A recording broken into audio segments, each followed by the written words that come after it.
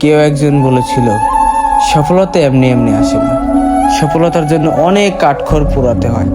আসলে কথাগুলো আসলেই বাস্তব।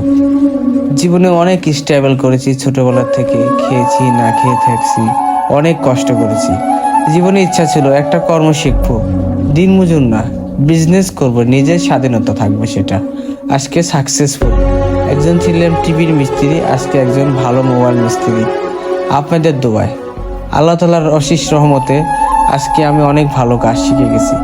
এক সময় চিন্তা করতে মোবাইলে লক্ষ লক্ষ পার্টস, এত পার্টসের মধ্যে কোন আইসি খারাপ কিভাবে নির্ণয় করেন বড় বড় টেকনিশিয়ানরা।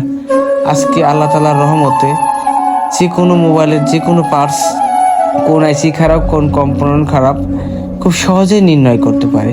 সবই আল্লাহ তালার রহমত আর আপনাদের দোয়া এবং ভালোবাসায় আজকে আমি একজন সাকসেসফুল টেকনিশিয়ান। নিজেকে গর্ব হয় যে আমি কখন এত ভালো টেকনিশিয়ান হলাম।